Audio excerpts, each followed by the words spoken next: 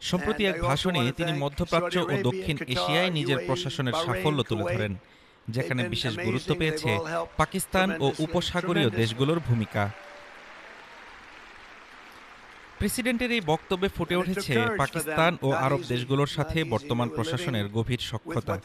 বিশেষ করে সৌদি আরব, কাতার, ইউএই এবং কুয়েতের মতো দেশগুলোর সাহসের প্রশংসা করে তিনি জানান, তারা সবাই মিলে মধ্যপ্রাচ্যের দীর্ঘদিনের অস্থিরতা কাটিয়ে উঠতে সক্ষম হয়েছেন। ট্রাম্পের ভাষায়, ইরান একসময় এই অঞ্চলের জন্য বুলি বা ত্রাস ছিল, কিন্তু এখন সেই পরিস্থিতির আমূল পরিবর্তন ঘটেছে।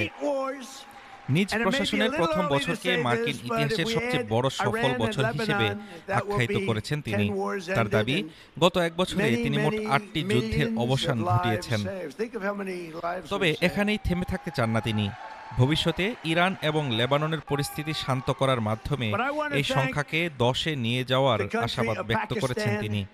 এর ফলে সাশ্রয় হবে লাখ লাখ মানুষের প্রাণ। বিশ্লেষকরা বলছেন, প্রেসিডেন্টের এই মন্তব্য বিশ্ব রাজনীতিতে মার্কিন আধিপত্য ও কূটনৈতিক কৌশলের এক নতুন বার্তা। তবে এই যুদ্ধ সমাপ্তি এবং আঞ্চলিক শক্তির নতুন বিন্যাস ভবিষ্যতে কতটা স্থায়ী হয়, তাই এখন দেখার বিষয়।